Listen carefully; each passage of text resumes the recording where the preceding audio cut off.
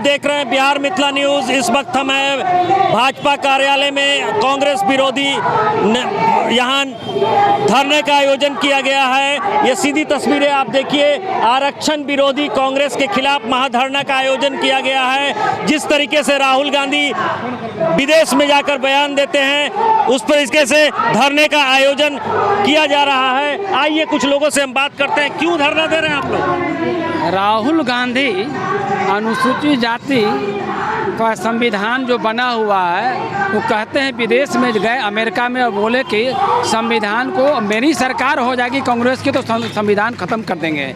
इसलिए हम लोग महाधरना के माध्यम से पूरे देश को मैसेज देना चाहता हूं अनुसूचित जाति को कि ये महाधरना का आयोजन किया गया है वो नहीं ख़त्म कर सकते हैं और उनको माफ़ी मांगना होगा अनुसूचित जाति के समाज से।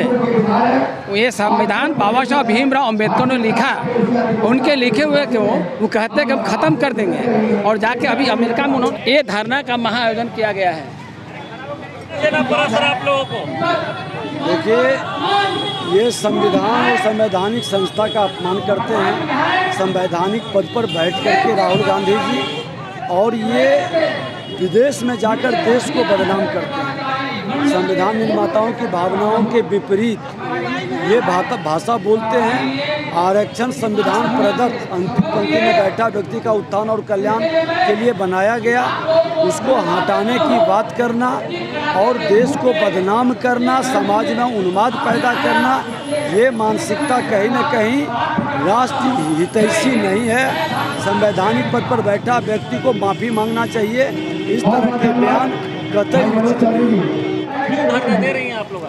देखिए, जिस तरह से राहुल गांधी जी ने विदेश में जाकर भारतीयों के बारे में अपना वक्तव्य दिया वो निंदनीय है। एक तरह का अपराध किया उन्होंने हिंदू को खूनी कहा, आतंकी कहा है।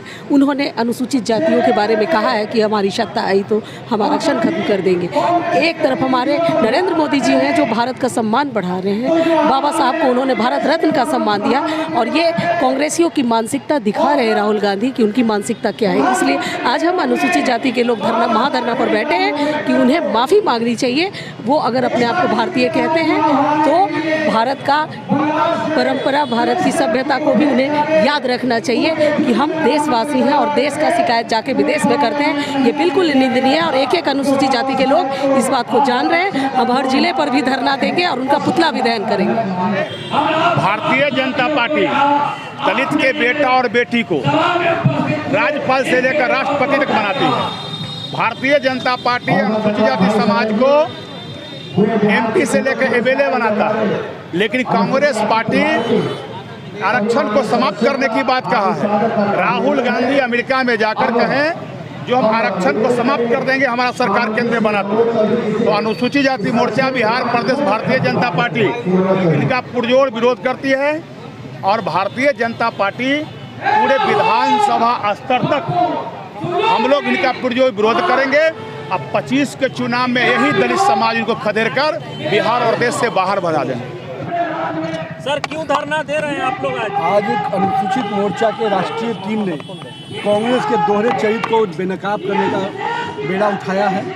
जिस कांग्रेस ने पहले अंबेडकर को अपमानित किया, चुनाव हराकर, आज उन्हीं के विचारों के अनुरूप जो आरक्षण पूरे देश के दलितों को, अनुसूचित समाज को एक प्रोटेक्शन देता है, उसको ख़त्म करने की जो मंशा उनकी है वो आज विदेशी ज़मीन से दिखी।